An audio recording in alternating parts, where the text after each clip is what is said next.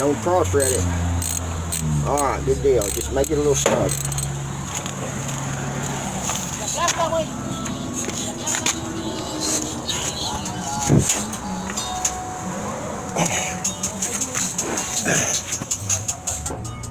Hey, what's going on, YouTube?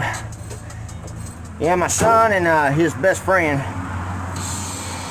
they've been started, but I'll go through with the process on you in case somebody clicks on this video and tries to learn something. I ain't really much of a teacher. But I've did this a bunch of damn times. These starters on these Chevys, man, they give a lot of fuss and problems, and it ended up breaking the flywheel, man. You know how Chevys are, man. They're finicky as hell. The starter always sounds like it's... Yeah, you already know. You already know. Alright, bump it! Bump it? Yeah, the process we're doing right now is taking the torque controls out. Whoa! Alright, bump it! Bump it! Bump it! Alright, a little bit. Alright, leave it there. Okay, what we're doing right now is you got to take the torque converter bolts out. And you hear that noise that starter's making. Terrible, terrible, terrible. I know. I didn't work on it. That's the way somebody left it. Probably needs some shims in it. I always recommend you take your starters and replace them with a, like Summit Racing. They have the starters that are for high torque motors. And it helps out a lot with I think it's a better you know, how do you put it? It's a better starter, and it sounds like a Toyota after it's done. It don't have that, you know. These Chevys have a big problem with this. But anyway, you take your torque converter bolts out at different times, and you know, sometimes you can bump it over until you get to 2 at once, and then you know, you do that thing and take one out and then turn the flywheel and take the other one out. We're taking the whole transmission out. Yeah, I know that you can take long studs, and it's a trick you use, and you back the transmission off just a little bit, but I don't like fighting the bolts, you know. I want to be able to take an impact on there and take them off, and then be able to get my torque wrench in there, and I've used that procedure when I've been working out in my front lawn or in a driveway that, you know, just in general. I've tried to save myself a lot of times and did it that way where you don't have to take the transmission all the way out, but I've also found that it's a pain in the ass, and seeing as how we're on some hard concrete out here, we're going to go ahead and drop the whole thing. They started out by taking the cross member, I mean the drive line out, and we drained the oil. I ain't losing too much oil. I was hoping that the motor would rot down, but it's not going to because we got the header still bolted up, and it came down a little bit. Give us a little bit of room on your firewall. That's usually the last bolts I take out. But anyway, caught it.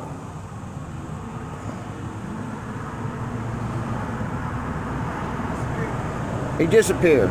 He probably went to go to the bathroom. Get under here and be the camera guy. That's Mick. I told you Mick was going to be back. Here, don't touch the buttons, bro. Buttons are on the side. Anyway, torque converter bolts are usually 9/16.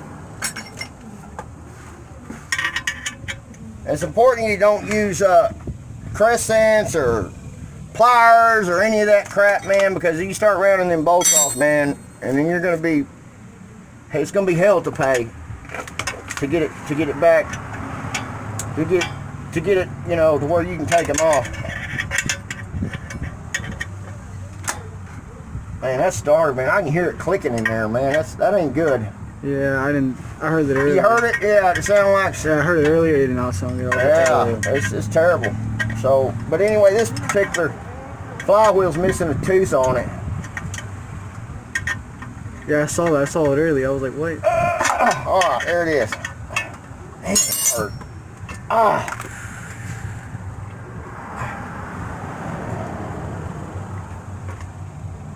Come on. It's not ready to come out yet. You got to finger it some more.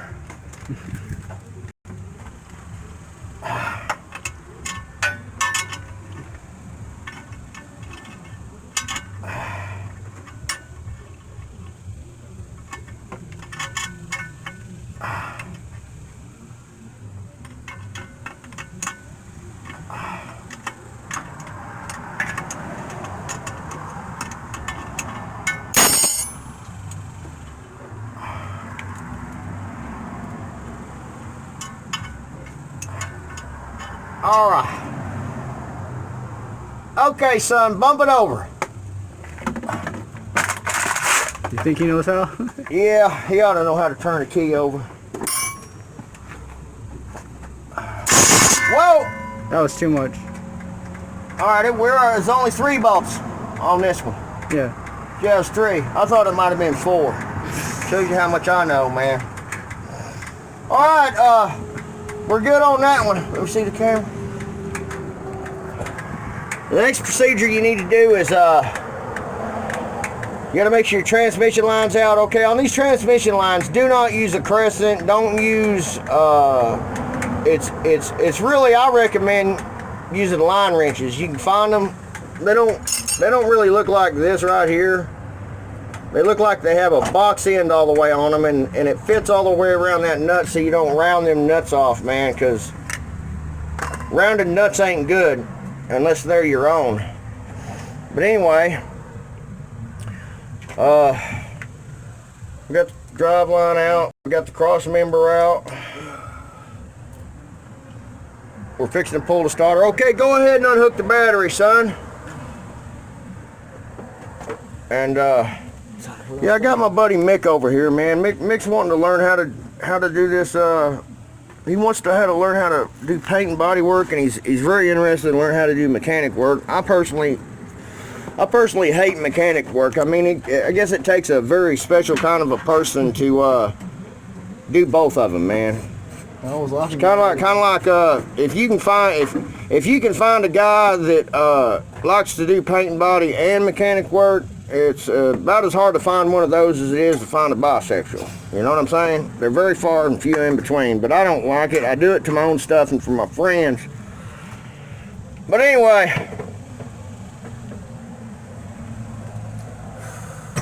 we're almost out of here, fellas. All we got now is the Bellhousing Bolts. Woo! Mick, if you'll go get I believe this is the 9/16. Yeah. Get a 9/16 box end. All right, you know what the difference between a box end wrench and they call it a points. I forget how many points this wrench is, but we want to get the socket that don't look like that on the inside. We want to get the socket that looks like it don't need to look like that on the inside of it. It needs to look like a box socket. Get the 9/16 box socket, and then we're gonna drop the starter. Unhook the battery when you're done, son. Let us know so we don't burn the shit out of ourselves by arcing something out down here. And y'all are getting it, man. I'm proud of y'all. Man. Yeah, so I think it's taking a bit longer than 2 hours. You know what? Yeah, well, look, man. Y'all are learning, man. Don't worry about how long it takes, man. Yes, sir. Just feel You got it. Anyways, I'm gonna cut the camera off. I got things I got to do in there, and then they're gonna finish this procedure. They really did pretty much all of this by themselves, except for the torque converter bolts. They were having a little problems with it, but I got out here and I helped them out a little bit. I think I won the award for most covered in oil today. Huh? So I think I won the award for most covered in oil. Yeah, I'm telling you, man. I hate this stuff. Is your hair all greasy and nasty? Kind of spoiled my shirts, my arms. Yeah. I don't like grease, man. I hate it, man. And the thing about it is now I got to go back in there and wash myself down with thinner before I even touch that Chevelle. You put one. You can't. That's a good thing I got to tell y'all, man. If y'all got grease on your hands, don't try to do both at once, because then you go touching on body parts in there, and it makes fish eyes, and it just makes the paint do crazy stuff. I mean, it's just not a good idea. Anyway, I'm gonna get off here and let y'all go, man. Y'all finish it up. Take that starter loose, and I got you that air ratchet up there. If you need some more extensions, it's easier if you pay attention to me right here for a second. It's easier, instead of trying to get up in there with a wrench, especially on them top ones. If you get the longest extension, even if we got to put a bunch of extensions together for the, you know what extension is, don't you? It's that long bar that you put in between the socket and the ratchet. Even if you got to go in there and ask her for some more and get that thing out here, right back here, where you can just hit that air ratchet and those will come out real easy. I believe those are 9/16 bolts as well. And don't forget to take this pin out, and when you take this loose from here and this slides out, be sure you put the pin back in it. Where's your lighter? I got him. Here you go. What are you doing? I'm shooting a video. I know you're camera shy. Everybody's getting into it. Got a lighter? Yeah, sure. Oh, always good. Anyway, y'all drop the starter on that thing, and we got all the torque converter bolts out. That's the last thing you do, man, is in my bell housing bolts. And when you get to the last 2 bell housing bolts, let me know so we can come up here and support this, support the transmission. Don't take all the bolts out, it'll fall on you. Well, I don't think it's gonna be possible. Yeah, it'll probably fall on you, bro. Just let me know. Just in case, we can always get that jack and put it over here. Yeah, just in case. Hey, every time I hear just in case, I remember that damn commercial. Y'all remember that commercial? Y'all too young for it. What is it? Just in case is a character on an insurance company commercial. And they call it, and that's his name, is Just in Case, but they say, call me just in case. Just in case you got an accident, call me. Anyway, go ahead and drop that starter. You got the battery unhooked now? All right. All right, good deal. Get to it, man. Y'all are almost halfway there, bro. There, we got some grease on it. There you go. Attempt on me. Okay, here you go. What you're about to see is never before in see footage. This is how you check out, see if you see the screen. Mm-hmm. You see the screen? This is how you check, see if the transmission oil's burnt. It's not that bad burnt. But it's definitely used. Okay. Give y'all some advice.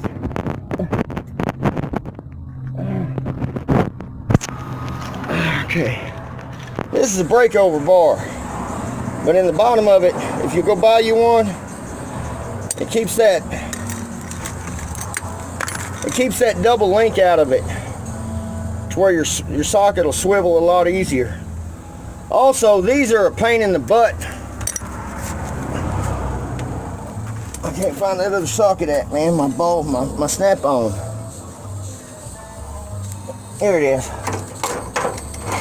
See, you're gonna have to have every bit of every socket you can find. A 2.5, 3 foot extension is perfect, but this is a snap-on.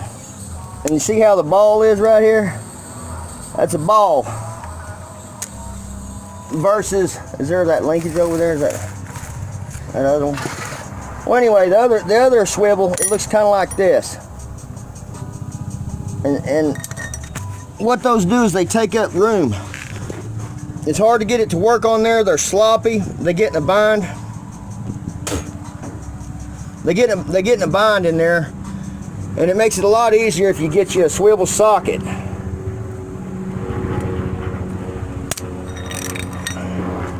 Get you a swivel socket instead of this kind. This kind's much better. It's a lot smoother, and it doesn't get in a bind. It's a lot easier to pull out. What's going on, Mick? Well, look at him. He's all blurry. I'm blurry? Oh, that sucks. They might see my hat. Oh, there it is. Man, you're still blurry. I guess we just got transmission fluid on the lens. Oh, that's gotta suck. Oh, well. And this camera, you can't take it out in the sunlight. You're still blurry. Look like I'm drunk looking at things. Anyway, we're fixing to take the transmission out, man. It's all ready. Some good advice would be to y'all. I know y'all gonna probably wait to the last to get those top bolts out of that transmission, but to hold this transmission in and so it don't fall out on you, take and just put these finger tight right up in here on each side.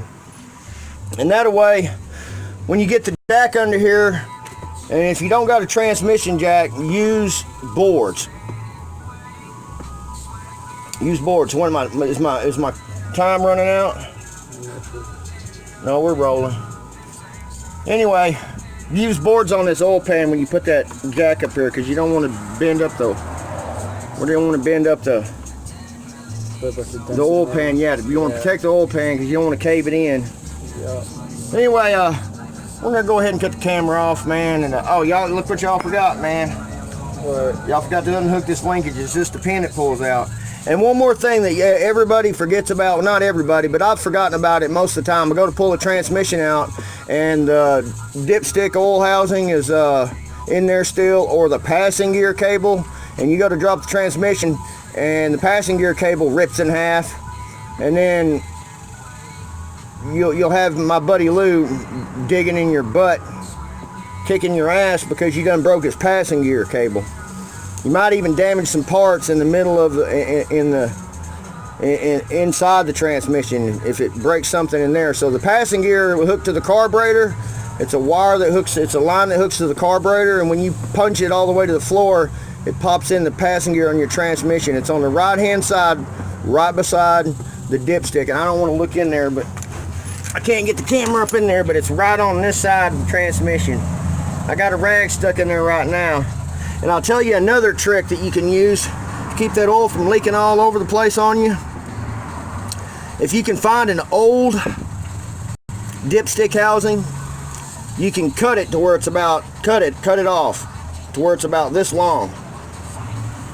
And then you stick it in there, and so that way all your oil ain't dripping all over you and stuff. I don't know, I might go to the house, see if I can't find one, or we just might cut Lou's in half and go buy him a new one.